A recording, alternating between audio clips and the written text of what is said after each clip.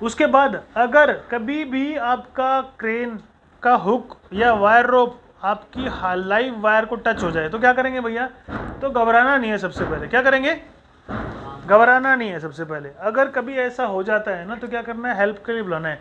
अपने सेफ्टी साहब को फ़ोन करो, अपने प्रोजेक्ट मैनेजर, अपने सुपरवाइजर को फ़ोन करो, सर ऐसा ऐसा दिक्कत हो गई है, मेरे को लग रहा है कि क्रेन टच हो गई है।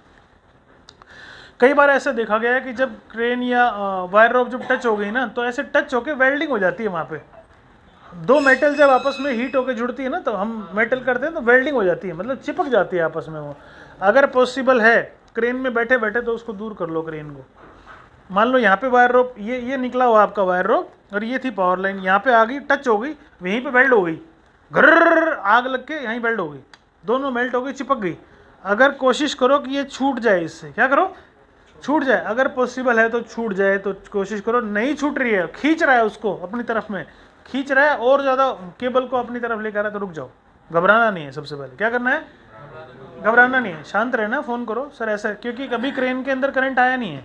कई बार क्या होता है, बहुत ज़्यादा पावर की अगर लाइट है और आपका टच हो गया, टच होते ही आग लग जाती है क्रेन की कैबिन के अंदर, पूरी क्रेन के टायर वायर सब जल जाते हैं। ऐसे केस हुए हैं कई बार। लेकिन अगर ऐसा नहीं हुआ है, क्रेन के अंदर करंट नहीं आया है तो फ़ोन करो, तो आराम से बैठो, ऑपरेटर को बोलो कैबिन के अंदर ही रहेगा, किसी भी चीज़ को टच ना करे। अभी मैं यहाँ बैठा हूँ ना, कोई करंट नहीं लगा है, इसको टच करके नहीं देखना है अरे इसमें करंट तो नहीं आया है ना, करंट आ रखा है इसके अंदर, करंट आ रखा है इसके अंदर, आपको टच नहीं करना है।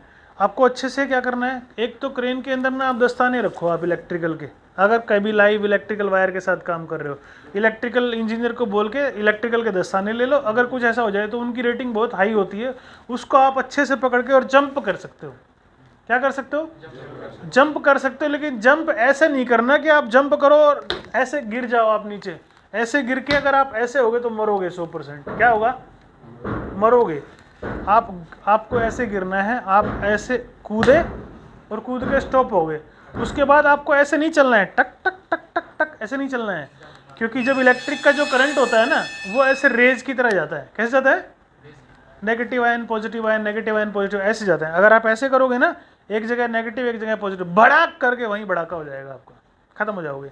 आपको क्या करना है? ऐसे जंप करना है, डड्डू चाल, मेंढक वाली चाल। क्या करना है? मेंढक डड्डू चाल ऐसे करना है। कम से कम कितनी दूर तक? 15 मीटर तक। कितनी दूर तक? 15 मीटर तक। तो उसकी प्रैक्टिस कर लिया और भाई, जब इलेक्ट्रिकल के साथ काम कर, एक्सरसाइज करते हैं ना हम लोग, डड्डू चाल चलते हैं ना ऐसे करके, तो वो एक्सरसाइज कर लिया करो। क्रेन ऑपरेटर के सबको बोलते हैं कि पता नहीं कौन सी जगह पे ऐसा केस हो जाए। कई बार आप दिन में काम कर रहे हो और रात में काम कर रहे हो, रात में कोई हाई टेंशन वायर है उसमें टच हो गया, आपको पता नहीं है करना क्या, तो क्या करोगे? अगर कुछ ऐसा हो गया